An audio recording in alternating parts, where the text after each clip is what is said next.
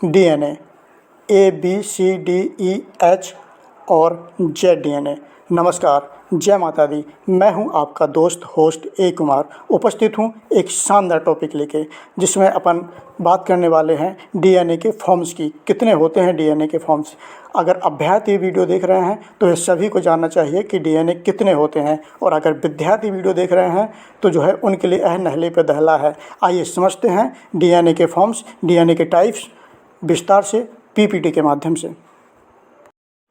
मैं अवगत करा दूं कि न्यूक्लिक एसिड और डीएनए पर मैं फुल टॉपिक कवर कर चुका हूं, जिसका लिंक आपको डिस्क्रिप्शन में मिल जाएगा। यहां पर अपन बात करने वाले हैं डीएनए के फॉर्म्स की। डीएनए के फॉर्म्स कितने होते हैं? डीएनए के कई फॉर्म्स होते हैं, जैसे ए डीएनए, बी डीएनए, सी डीएनए, डी डीएनए, ई डीएनए, एच डीएनए और जेड डीएनए। जीवों में मुख्यतः 3 प्रकार के डीएनए पाए जाते हैं, ए डीएनए, बी डीएनए और जेड डीएनए। सर्वप्रथम मैं बात करूंगा बी डीएनए की। बी डीएनए जो है सभी जीवों में पाया जाता है। यह सामान्य डीएनए है। यह राइट हैंडेड होता है। इसके हेलिक्स का व्यास 20 एंगस्ट्रॉम होता है। प्रत्येक बेस पेयर के बीच की दूरी 3.4 एंगस्ट्रॉम होती है। दोहरे हेलिक्स यानी कि डबल हेलिक्स के प्रत्येक मोड़ की लंबाई 34 एंगस्ट्रॉम होती है। इसमें प्रत्येक घुमाव में 10 नाइट्रोजन बेस जुड़े होते हैं और इसे बी डीएनए कहते हैं। जैसा कि मैंने बताया, बी डीएनए सभी जीवों में पाया जाता है और यह एक सामान्य डीएनए है।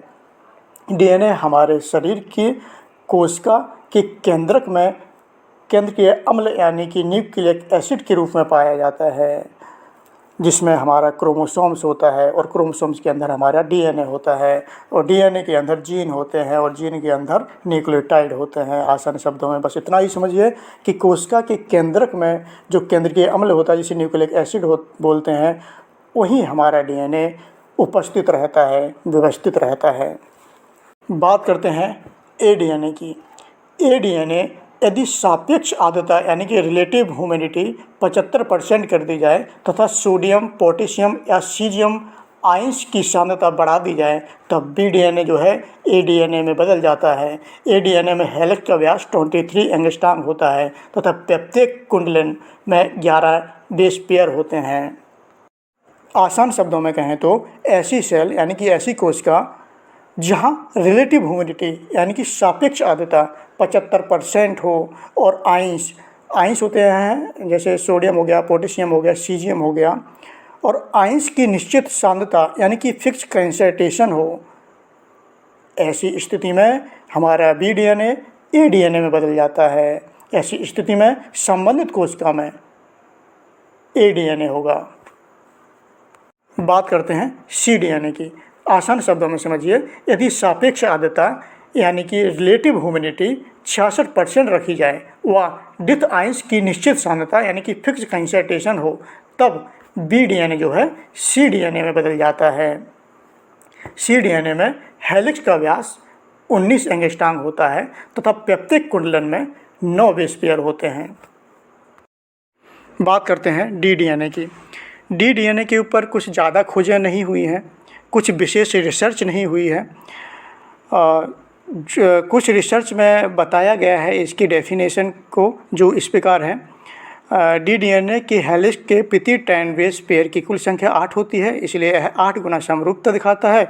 इस फॉर्म को पॉली डी ए से डी और पॉली डी जी से डी फॉर्म भी कहा जाता है। बात करते हैं ई डीएनए की। ई डीएनए यानी कि इन्वायरमेंटल डीएनए, जिसे हिंदी में पर्यावरणीय डीएनए कहा जाता है। ई डीएनए वे सूक्ष्म आणविक या माइटोकॉन्ड्रियल डीएनए हैं जिन्हें जीव जल या स्थल में चलते समय अपने पर्यावरण में छोड़ जाते हैं। इन्हीं छोड़ी गई सामग्री में जीवों का डीएनए रहता है। इसे जीवों की त्वचा, मलमूत्र, मिट्टी, श्लेष्मा, पानी आदि के माध्यम से इकट्ठा किया जा सकता है। पर्यावरणीय डीएनए प्राचीन और आधुनिक नमूनों से प्राप्त किया जा सकता है और इसमें पारिस्थितिक तंत्र यानी कि इकोसिस्टम के विश्लेषण के लिए एकल प्रजातियों यानी कि सिंगल स्पीशीज़ का पता लगाना शामिल है। इन निशानों से एकत्रित डीएनए की आणविक तरीकों से खोज करने पर हम उस जीव की उत्पत्ति यानी कि ऑरिगन और स्पीशीज़ यानी कि प्रजाति के बारे में पता लगा सकते हैं। जलीय वातावरण में ईडीएनए पतला तथा धाराओं और अन्य हाइड्रोलॉजिकल प्रक्रियाओं द्वारा वितरित किया जाता है, लेकिन यह पर्यावरणीय परिस्थितियों के आधार पर केवल 7 से 21 दिनों तक रहता है। अल्ट्रावायलेट रेडिएशन एसिडिटी यानी कि अम्लता, हीट यानी कि गर्मी और एक्सोन्यूक्लियस के संपर्क में आने से ईडीएनए खराब हो जाता है, डेड हो जाता है। आइए समझते हैं एचडीएनए। एचडीएनए को ट्रिप्लेक्स डीएनए भी कहा जाता है। ट्रिपल फंसे डीएनए यानी कि ट्रिपल स्टैंडर्ड डीएनए एक डीएनए संरचना है जिसमें 3 ओलिगोन्यूक्लियोटाइड एक दूसरे के चारों ओर घूमते हैं और एक ट्रिपल हेलिक्स बनाते हैं। ट्रिपल डीएनए यानी कि ट्रिप्लेक्स डीएनए या ट्रिपल फंसे डीएनए यानी कि ट्रिपल स्टैंडर्ड डीएनए कहलाते हैं। ट्रिपल स्टैंडर्ड डीएनए में ट्रिपल स्टैंड होंगस्टीन बेस जोड़े बनाकर या होंगस्टीन हाइड्रोजन बॉन्ड को उलटकर वी फॉर्म डीएनए के माध्यम से डबल हेलिक्स से बनता है। जैसा कि आप फोटो में देख पा रहे हैं, एक डबल स्टैंडर्ड डीएनए है और उसमें जो है एक स्टैंड और लग गया है, यानी कि डबल से वो ट्रिपल स्टैंड हो गया है।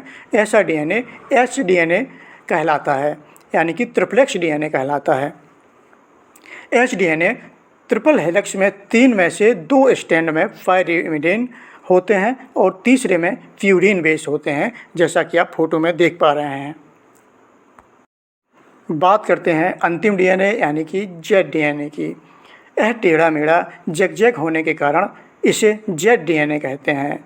जेड डीएनए की खोज अलेक्जेंडर रिच नामक वैज्ञानिक ने सन 1979 ईस्वी में करी थी। जेड डीएनए में कुंडलीय मोड़ लेफ्ट हैंडेड की ओर होता है। इस प्रकार के डीएनए को सर्वप्रथम कृत्रिम संश्लेषण डीएनए यानी कि आर्टिफिशियल सिंथेसाइज्ड डीएनए में देखा गया था। जेड डीएनए में प्रत्येक कुंडलन या मोड़ में 12 बेस पेयर होते हैं तथा प्रत्येक जोड़े के बीच की दूरी 3.8 एंगस्ट्रॉम होती है। जेड डीएनए के प्रत्येक मोड़ की लंबाई 46 एंगस्ट्रॉम होती है। इसके हेलिक्स का व्यास 18 एंगस्ट्रॉम होता है। आप लोगों को जो है मैं अवगत करा दूं, संबंधित विषय यानी कि डीएनए की फॉर्म्स की जानकारी मैंने जो है काफ़ी किताबों से एकत्रित किया, जिसका रेफरेंस आपके समक्ष जो है स्क्रीन पे शो हो रहा है। और इसे जो है मैंने हिंदी भाषा में टाइप किया और पीपीटी के माध्यम से संबंधित विषय पर पर्याप्त जानकारी आसान शब्दों में आप तक पहुँचाने का प्रयास किया है। आशा करता हूँ कि यह जानकारी आपके लिए लाभप्रद होगी। चूँकि जानकारी कहीं से भी मिले उसे ग्रहण कर लेनी चाहिए, अगर अच्छी है तो उसको एक्सेप्ट करना चाहिए। मिलता हूँ मैं किसी अन्य वीडियो में एक अच्छी जानकारी के साथ, एक अच्छे टॉपिक को लेकर के। तब तक के लिए जय माता दी।